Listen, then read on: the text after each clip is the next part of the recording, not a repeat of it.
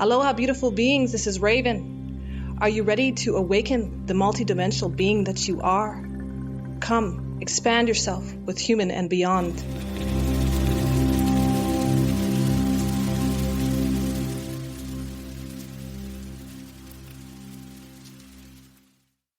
Seeing the beauty in death. For some reason in this world, we view death as something to be feared or to be scared of, and it's something dark and heavy and that we want to run away from. But if we really sit with the morality of our human form, there comes a time when it needs to transition into a different realm.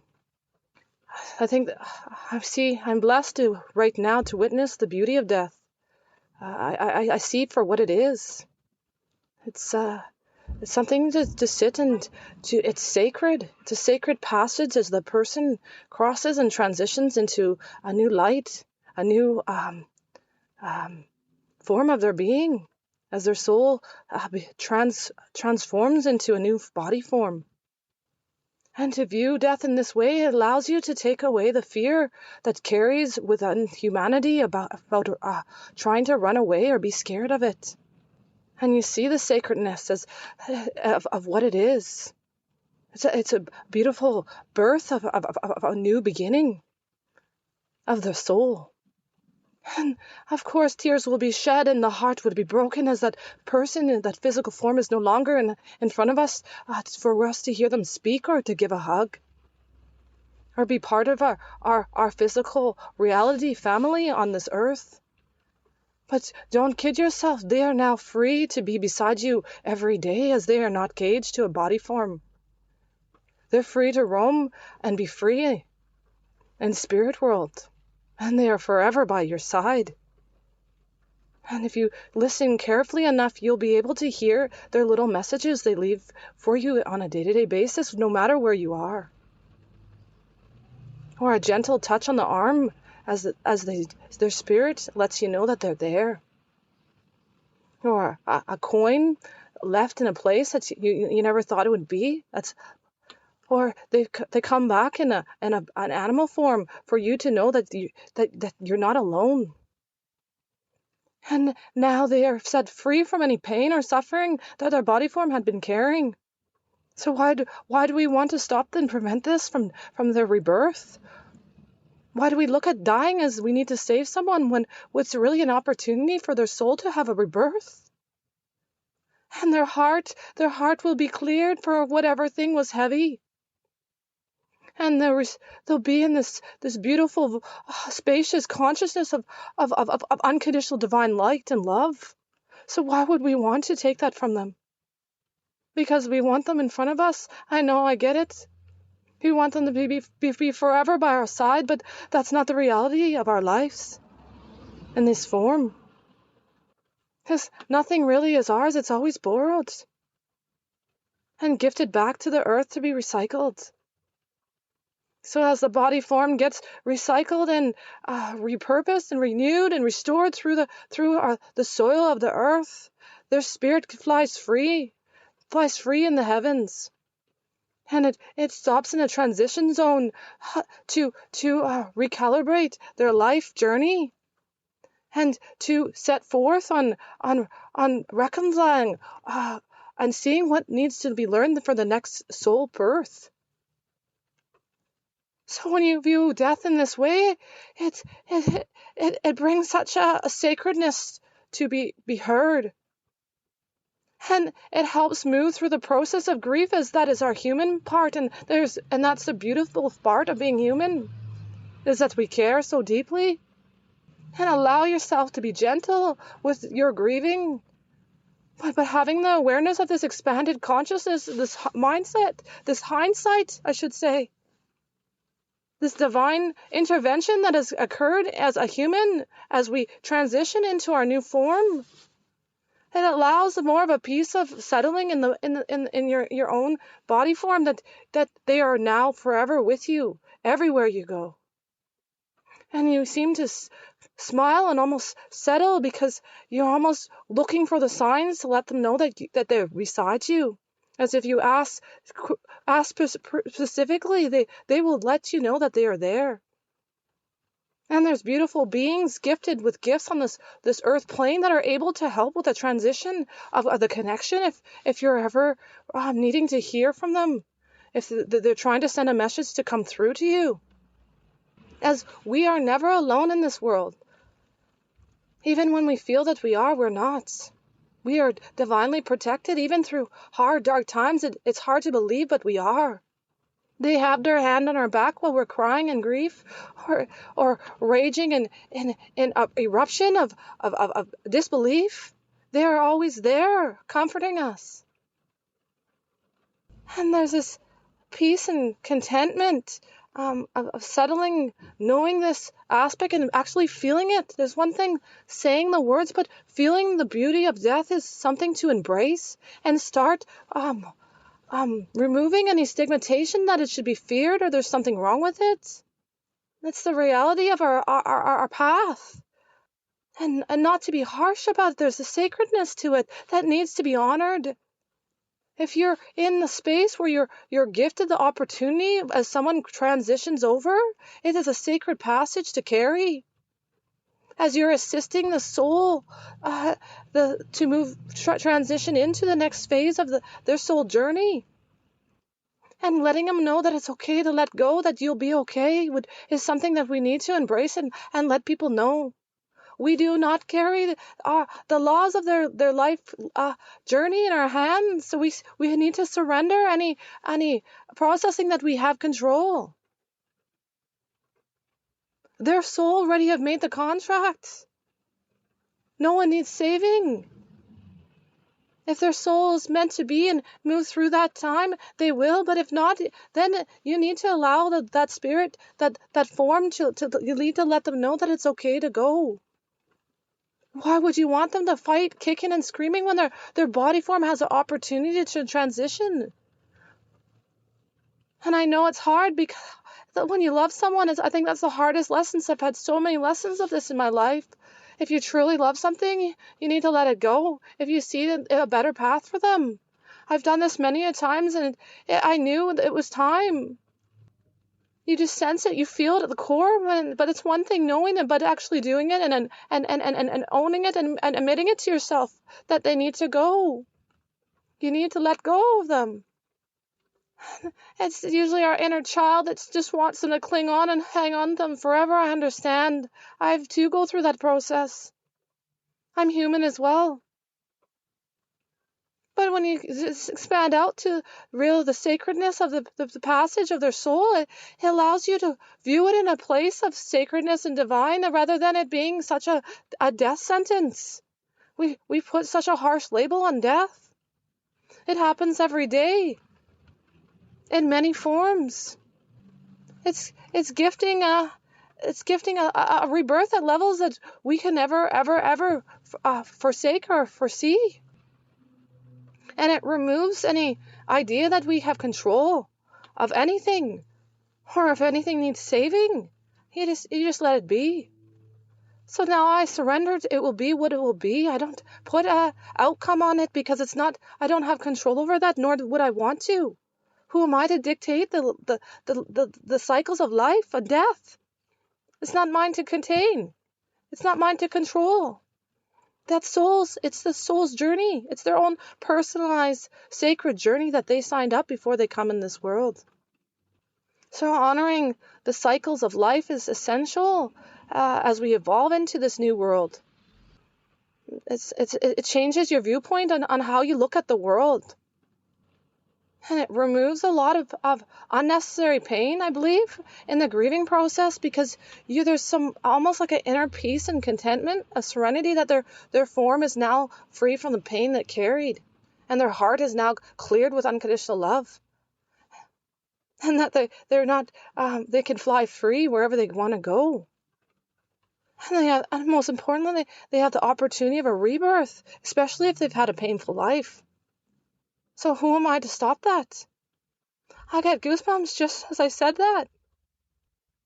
And yes, you're going to have tears. That's normal. Those tears are cleansing your soul. Embrace what they are. It's like rain. We seem to run inside, but we don't understand what rain really brings. Rain is cleansing us all. What is it to be scared of, and why do we hide? It's rain. It's cleansing this planet. It's bringing rebirth. So honoring the process of grief, be kind to yourself. Allow you to see it in a different way. There's many people, there's no one formula moving through grief. Everyone's time of healing, you can't rush it. We all want to rush something because it's painful. Or uncomfortable, I should say. You don't know how to feel, what you're feeling. That's part of the process of just allowing it to be. Anytime you rush it or speed it up, it almost slows down because you're trying to cage the process of grief. Grief is it's essential part of life. It's allowing the transition, that space in between the seasons, as I call it. The equinox is a perfect, beautiful part of it. It is just this transition between seasons. That's what grieving is. And that death that may occur in your life, you need to see what it's gifting you, because it's gifting you. It's gifting you a lesson of something, of a rebirth within you. Because usually when someone has a passing, a crossing over of a body, a human being, it transitions that person. The loved one that's still walking on this plane, it transitions them into a plane of existence that they never would have moved to without that occurring. You see the reality of our lives, and how little some things may be that we may have thought were big deals. So it's giving you a more grounded perspective of your own soul journey of your life. There's so much introspection to occur within everyone during this time. Family dynamics, let alone individual beings. And a gathering of souls together to celebrate a life rather than being in a funeral. Each soul crossing, it should be a celebration, not a pity party. How did we get it so reversed? You celebrate that you knew that soul walked, and you crossed paths with that soul in this life, and they're now free to transition to something miraculously. I'm sure it could be anything. You can actually be curious and wonder what it could be. And the moment when we see the sacredness of this event that occurs every day of our life, the moment we drop the fear that it carries, and we walk through life in a different way. We walk lighter, knowing that everything is out of our control.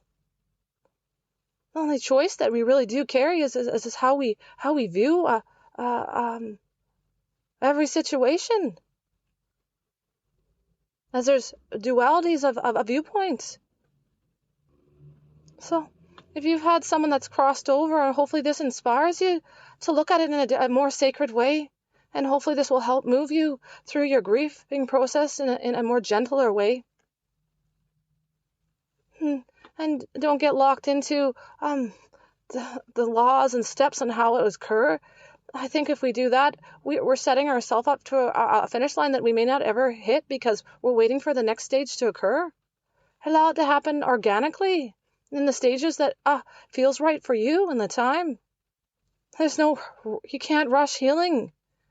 It just doesn't occur.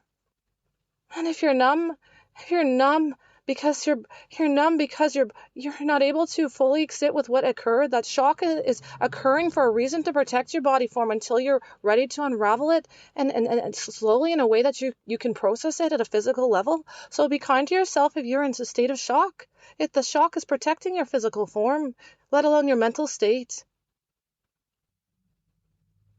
There's many times that we cover things up with when we're grieving. We either keep ourselves too busy, or we're either curl up in the ball, or there's ones that see it this way that are able still to move life, but they're still moving through the grieving process.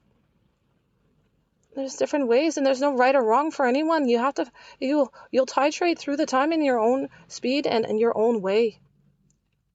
I think the main thing is just allow the emotions to express in a healthy way that works for you, whether crying or dancing or singing or drawing, any expression of this emotion is healthy. It'll help you move through these times of grieving. Sometimes you're not able to even speak, and this is why there's other things at play that you're able to utilize your healing journey as you move through these times. And you sit at the end of this and you see the beauty of what death has brought. So I think that's where I'll leave it today.